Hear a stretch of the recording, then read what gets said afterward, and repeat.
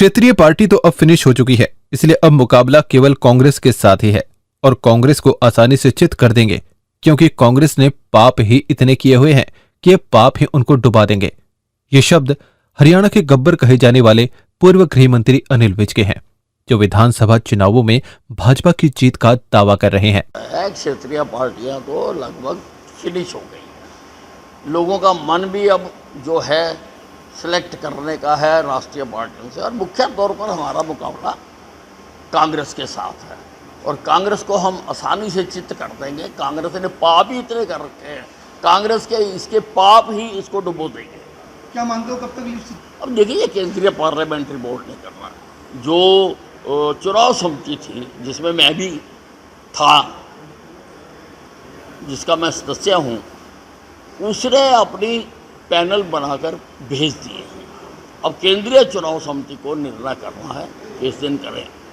जम्मू कश्मीर का उन्होंने कर दिया, उसकी लिस्ट आ गई है और अब कब वो तिथि तय होती है उस दिन हरियाणा की भी आ गई। डेट बढ़ सकती है आप? नहीं, देखो, लग रहा है कुछ ना कुछ तो होगा। देश में हो रहे रेप कांड से चिंतित हुए विज ने कहा कि यह देश महिलाओं की बहुत इज्जत करता है। द्वापर युग में चीर हरण हुआ था, तब महाभारत हुई थी। त्रेता युग में माता सीता का हरण हुआ, तब लंका दहन हुआ था। इसलिए यह सब बर्दाश्त नहीं किया जा सकता। इसके लिए सख्त कानून बनाना चाहिए, जो करे उसे टांग दो। ये हिंदुस्तान महिलाओं की बहुत इज्जत करता है। द्वापर युग में चीर हरण हुआ था तो महाभारत हुई थी।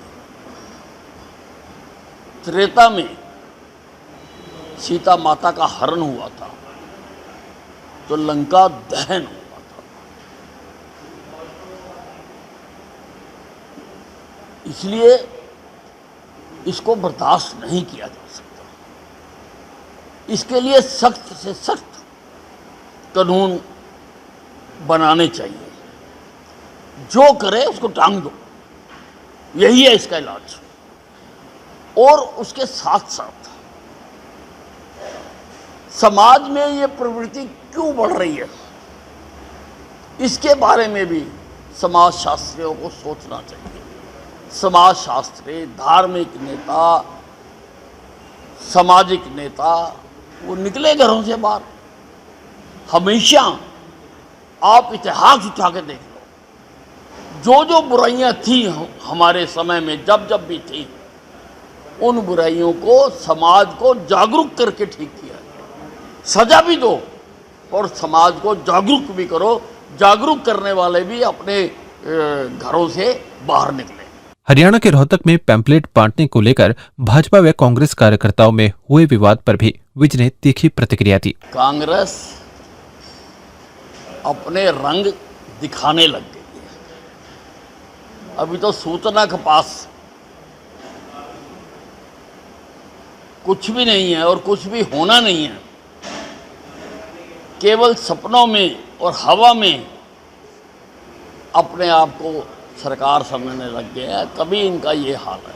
लोगों को सोचना होगा कि क्या कांग्रेस का गुंडा राज दोबारा प्रदेश में लाया जाएगा। कांग्रेस का गुंडा राज। नेता प्रतिपक्ष राहुल गांधी ने प्रधानमंत्री नरेंद्र मोदी को चुनौती दी है कि जाति जनगणना अभी करे नहीं तो अगला पीएम करेगा। इस पर अनिल विज ने तीखी प्रतिक्रिया दी। देखिए, राहुल गांधी जी, मुझे समझ नहीं आ रहा, ना वो समझा पा रहे हैं कि वो जातिगत गणना क्यों करवाना चाहते हैं। जहां तक मुझे लगता है, और जो इनका किरदार भी रहा है, विभाजन हुआ देश का, इन्होंने धर्म के आधार पर करवाया। 10 लाख लोगों के कत्ल का आरोप है इनके ऊपर। फिर इन्होंने 1984 में सिखों को मरवाया। 3400 सिख शहीद हुए उसके दौरान, और राहुल गांधी जी के पिताजी ने खुद उसको सही ठहराया। उन्होंने कहा था कि जब कोई बड़ा पेड़ गिरता है तो धरती हिलती है। अब ये किसकी धरती हिलाना चाहते हैं?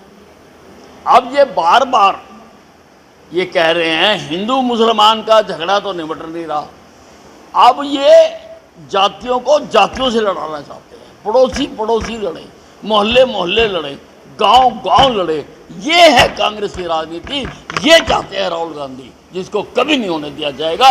ये देश एक है, एक बन के रहेंगे, इकट्ठे बन के रहेंगे। राहुल गांधी द्वारा जम्मू कश्मीर के लोगों द्वारा नफरत पर मोहब्बत के बयान पर भी विज ने अपनी प्रतिक्रिया दी। भाजपा की नफरत को हम मोहब्बत से हराएंगे। आजकल जम्मू कश्मीर की जनता भी समझ मोहब्बत की दुकान, नफरत का सामान राहुल गांधी। ये जम्मू कश्मीर की बात कर रहे हैं, जिन्होंने आज़ादी के बाद से धारा 370 खत्म होने तक हजारों लोग बलि चढ़ा दिए, धरती के स्वर्ग को नर्क में बदल दिया। कांग्रेस की सरकारें रहीं, पहले 55 साल तो वो कांग्रेस की सरकारें रहीं, और धारा 370 लगाई किसने? कांग्रेस ने।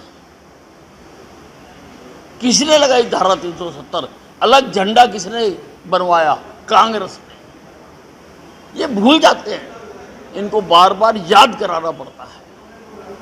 आपके बस का कुछ नहीं है। कश्मीर में शांति लौट रही है धारा 370 खत्म करने के बाद, और जो हत्याएं हैं उनमें 70% कमी आई है और बड़ी तेजी से उसको ठीक किया जा रहा है। राहुल गांधी जी, आप अपनी इंजीनियरिंग रहने दो, वहाँ पर शांति पैदा कर लेने दो। और आपसे मैं पूछना चाहता हूँ राहुल गांधी जी, आप कश्मीर की सीमा में पैर रखने से पहले अपना स्टैंड क्लियर करो कि क्या अब धारा 370 को हटाना चाहते हैं, या जिस स्थिति में अब वो हटा दी गई है उसका समर्थन करें।